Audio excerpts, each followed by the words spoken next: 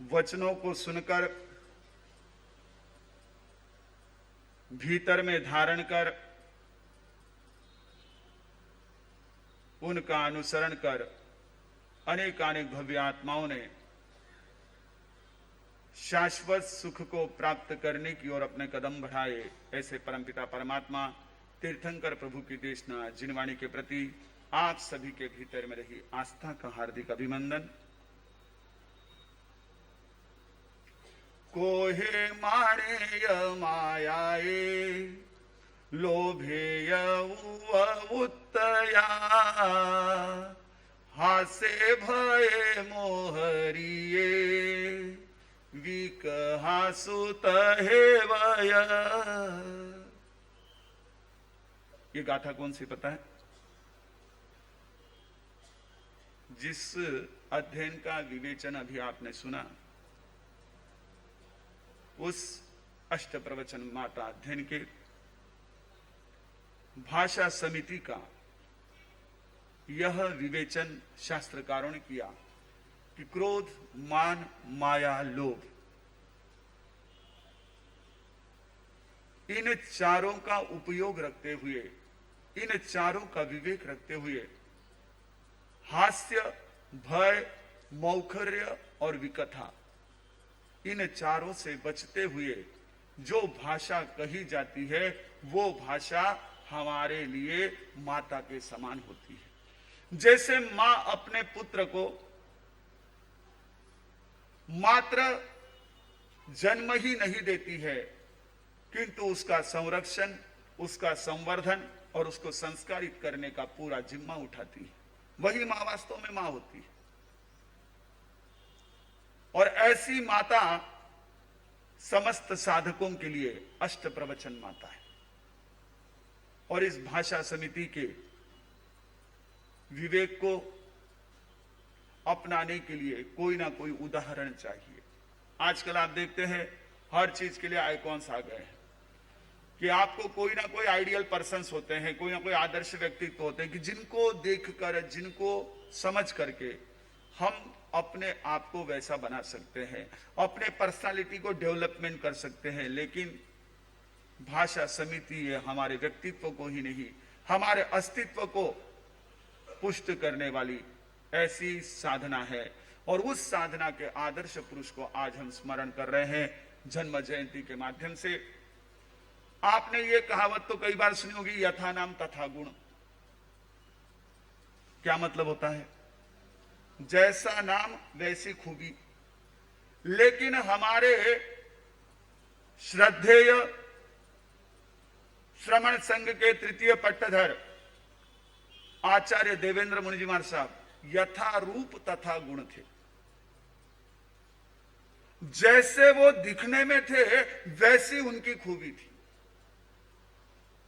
उनके चरणों में जाने वाला उन्हें देख करके ही सर्वप्रथम मन में अपनी रही हुई सारी चिंताएं भूल जाता, उसका दिल गार्डन गार्डन हो जाता, बाग बाग हो जाता। और जैसा उनका वह दिखने वाला व्यक्तित्व था वैसी उनकी भाषा थी। भाग्यशाली रहा मैं कि उनके दर्शन का सौभाग्य प्राप्त हुआ। लेकिन जैसा अभी आपने सुना पूर्व वक्ताओं से, वास्तव में वो मितभाषी थे। क्यों? क्योंकि उनका लक्ष्य लेखन में और भाषा समिति में था। भाषा समिति का यदि पालन करना है तो उसके लिए सर्वप्रथम है मितभाषिता।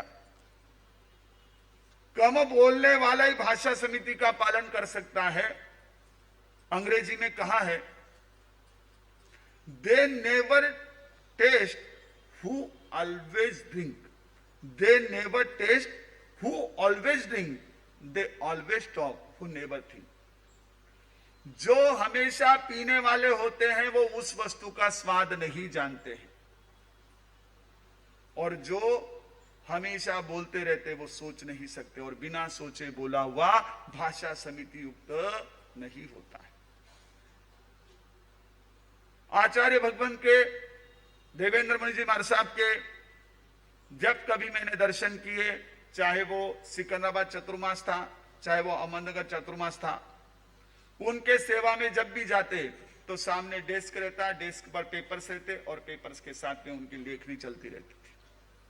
और केवल उनको लिखते हुए देखा नहीं, उनका लिखा हुआ पढ़ा। प्राय करके हमारे जितने भी ब्यावर से प्रकाशित आगम हैं, जो युवाचार्य मधुकर मुनि जी महाराज साहब के तत्वावधान में प्रकाशित हुए, उन आगमों की अधिकतर जो प्रस्तावना है वो हमारे आचार्य देवेंद्र मुनि जी महाराज साहब द्वारा लिखित है। एक ग्रंथ लिखना आसान है, लेकिन प्रस्तावना लिखना आसान नहीं।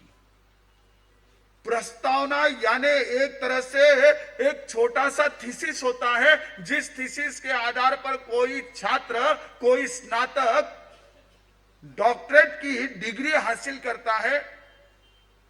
ऐसे कितने ही प्रस्तावना के लेख अध्ययन पूर्ण, शोध पूर्ण आचार्य श्री जी के मात्र आगम 32 के पूर्व नहीं तो अनेक ग्रंथों में प्रकाशित है।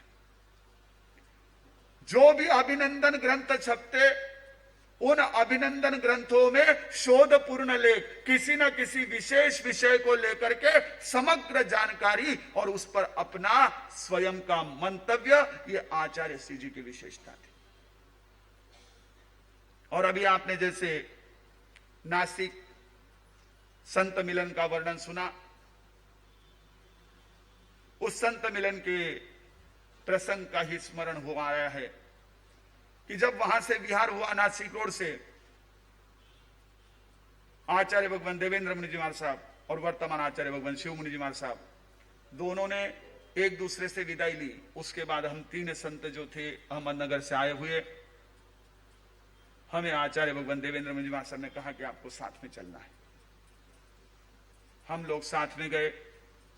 बीच में चोरडिया के फार्म हाउस पर रुके थे। शाम को प्रतिगमन के पश्चात उनके सानिध्य में गए। उन्होंने कहा, तुम इतनी दूर से नगर से चल करके आए, बहुत प्रसन्नता हुई मुझे। मैं चाहता था कि तुम मेरे छोटे भाई की तरह आओ, मिलो, और इस स्नेह मिलन में तुम भी सम्मिलित हो। तुम आए, मैं तुमको याद रूप में पेन देना चाहता हूं। हमने कहा, भगवान आपके आशीर्वाद बस से, जरूरत नहीं। बोले, तुम जानते हो ना मुझे पेन के प्रति कितना एक विशेष ऐसा आकर्षण होता है, क्योंकि वो लेखन में बड़े आनंदित होते थे। जैसे किसी को टीवी देखने में आनंद आता है, किसी को मोबाइल पर लगे रहने में आनंद आता है, किसी को गाड़ियों पर इधर उधर घूमने में आनंद आता है, किसी को चार जनों के बीच में बैठ करके इधर उधर की चर्चाएं करने में आनंद आता है। वो हमारे ऐसे साहित्य मनीषी एक संत रत्न थे, एक महान पुरुष थे कि जिनको लेखन में आनंद आता था। और लेखन में उनके पास में पेन काफी वरायबल हुआ करते थे, बहुत वैविध्यपूर्ण हुआ करते थे। जब हम लोग उनके साथ में थे, मैं तो बहुत छोटा था, लेकिन हमारे बड़े गुरु भाइयों के हमेशा नजर उनके पेन पर हुआ करती थी। वो जानते थे उस बात को। हमेशा कोई ना कोई वैशिष्ट्यपूर्ण पेन हुआ करता था जो चलने में अच्छा हो। उनको बाकी कोई ऐसे हमारे जैसे को लगता है कि भाई दिखने में अच्छा हो, उनको ये था चलने में अच्छा हो। और जो भी उनके कोई प्रेमी श्रावक आते तो वो सेवा के रूप में वही काम करते कि गुरुदेव ये पेन आप रख लो, गुरुदेव ये पेन आप रख लो। तो उन्होंने वो पेन की भेंट दी और उसके साथ आशीर्वाद दिया कि तुम भी कहीं ना कहीं लेखन करते रहना, थोड़ा सा लेखन करो। लेखन करने से हमारे विचारों में एक तरह का स्पष्टता का प्रकटीकरण होता है, हमारे विचारों में स्पष्टता आती है। जैसे बोलने से ज्यादा लिखने से हमारे विचारों को मजबूती आती है, और इसलिए लेखन किया। ऐसे वो महापुरुष थे जिन्होंने बचपन में संयम लिया, लेकिन अपना बाल्यकाल गुरु के मार्गदर्शन से सफल बना। बचपन में संयम की भावना होना अत्यंत कठिन होता है, लेकिन संयम होने के बाद बचपना छूट जाना यह और कठिन होता है। जब तक गुरु के निर्देश के प्रति पूर्ण समर्पण हो, तब तक समर्पण न हो, तब तक यह कार्य संभव नहीं है। आचार्य देवेंद्र मुनि जी महाराज साहब को हमने उस समय भी देखा जब वे मंत्री नहीं थे, हमने उस समय भी देखा जब वे मंत्री थे, और हमने उस समय भी देखा जब वो उपाचार्य थे। लेकिन तीनों स्थिति में अपने गुरुदेव के प्रति उनका समर्पण भाव वही का वही था। जैसा उनको हमने संत के रूप में सिकंदराबाद में और उससे भी पूर्व 75 में मंचर में देखा, वही अपने गुरुदेव के प्रति सम्मान, उपाध्याय श्री जी के प्रति सम्मान, और उपाचार्य बनने के बाद भी अपने गुरुदेव के प्रति वही आदर की भावना, वही सम्मान की भावना, वही विनय की भावना। आवाज दे देव तो आचार्य श्री अपने सारे काम छोड़ करके उनके सेवा में हाजिर हो जाते।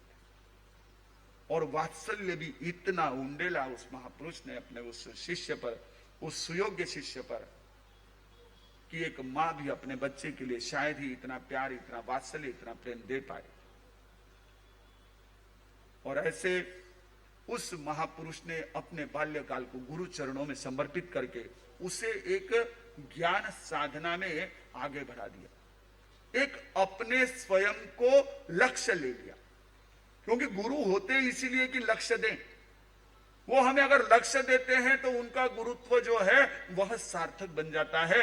बिना लक्ष्य का जीवन हमारा इधर उधर भटकते रहता है। और वह उपाध्याय श्री जी ने अपने सुयोग्य शिष्य को दिया, वो ज्ञान साधना का ऐसा लक्ष्य दिया कि जीवन के अंतिम क्षण पर्यंत वह कार्य वो संपन्न करते।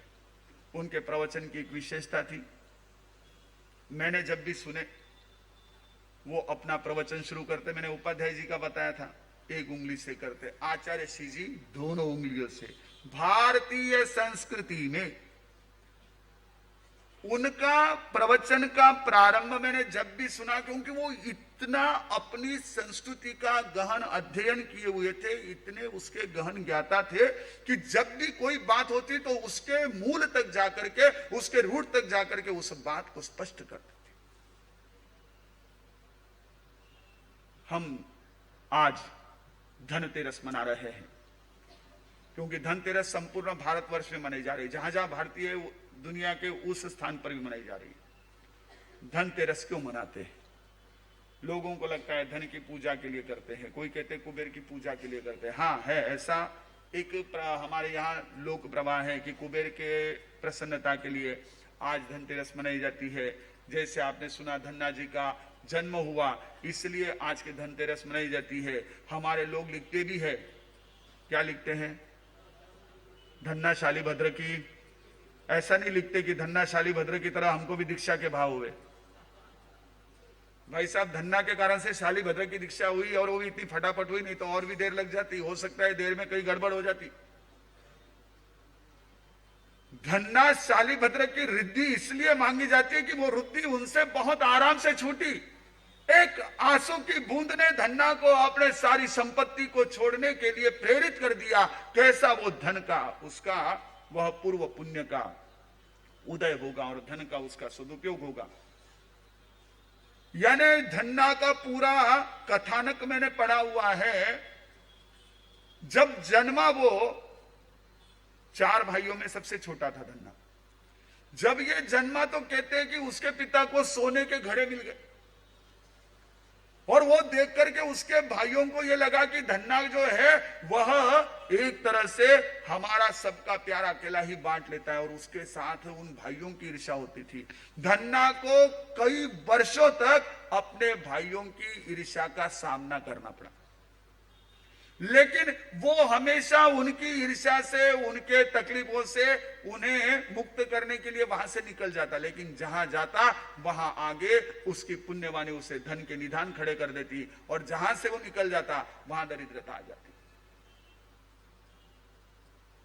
ये कथा बड़ी लंबी है, लेकिन जो उसका परिणाम आया है वो बड़ा महत्वपूर्ण है कि उस धन्ना ने सुभद्रा के 1-2 बूंद अपने कंधे पर गिरने से उन गर्म पानी के उष्णता को महसूस किया, और वो उष्मा उन्हें संसार से विरक्ति के मार्ग पर ले गई। हम आज धनतेरस पर यह भी संकल्प करें कि हमारा धन ऐसा हो कि जो छूटे भी तो हमको मन में अफसोस न हो। छोड़ना भी पड़े तो तैयार है, छूट भी जाए तो तैयार है। हमेशा ये भावना रखो। आप देखो, आपका धन कभी कहीं जाएगा ही नहीं, ये तैयारी हमारी नहीं होती। हम जितना पकड़ने की कोशिश करते हैं उतना ये क्या होता है, हमसे भागता है, इतना हमसे छूटता है। इसलिए धन्ना के जीवन से प्रेरणा ले। और धनतेरस कहा जाता है आज धनवंतरी के स्मरण में मनाई जाती है। धन्वंतरी ये हमारे भारतीय परंपरा में आयुर्वेद के जनक माने गए, औषधि के मुख्य माने गए हैं। धन्वंतरी की जो आराधना है यानी अपने शरीर स्वास्थ्य के प्रति जागरूकता। अब यू टर्न के माध्यम से सूरत कॉरपोरेशन आपको काफी कुछ प्रेरणा दे रहा है, लेकिन हमारी प्राचीन परंपराएं हमको सदैव कहते आई है कि हम अपने शरीर को स्वस्थ रखें, हम अपने मन को प्रसन्न रखें और हम अपनी आत्मा को शुद्ध बनाए। आज का धनतेरस हमें धन के साथ त्याग का, समृद्धि का, स्वास्थ्य का और आचार्य देवेंद्र मुनि जी महाराज साहब के स्मरण से अपने जीवन में ज्ञान आराधना का एक पैगाम लेकर के आया है। आज अगर आप एक भी संकल्प कर लेते हैं कि प्रतिदिन कोई भी जो आचार्य भगवान द्वारा लिखित पुस्तक है उसके 2 पृष्ठ 4 पृष्ठ हम पढ़ेंगे, तो मुझे लगता है आज की जयंती मनाना अधिक सार्थक हो सकता है। हम यदि संकल्प करेंगे कि स्वास्थ्य के लिए हानिप्रद ऐसे आहार का त्याग करेंगे, स्वास्थ्य के लिए उत्तम ऐसी जीवनचर्या का हम अपने जीवन में प्रयोग करेंगे, तो आज का धनतेरस मनाना सार्थक हो सकता है। आज अगर हम संकल्प करेंगे, आज हम अगर मन में एक भाव रखेंगे कि धन हमारे पुण्य से, पुरुषार्थ से हमें प्राप्त होता है, लेकिन उस धन के प्रति हम आसक्ति न रखते हुए छूट भी जाए, छोड़ना भी पड़े तो तैयारी रखेंगे, तो निश्चित रूप से आज की धनतेरस हमारे लिए अधिक सार्थक हो सकती है। पुनः एक बार आचार्य भगवान देवेंद्र मुनि जी महाराज साहब के उस साहित्य मनीषी व्यक्तित्व को हम सभी की ओर से कोटि कोटि वंदन। उनका वह जीवन हम सभी के जीवन में ज्ञान की साधना का एक दीपक, एक लौ जलाने वाला बने। इन्हीं मंगल भावों के साथ ओम शांति।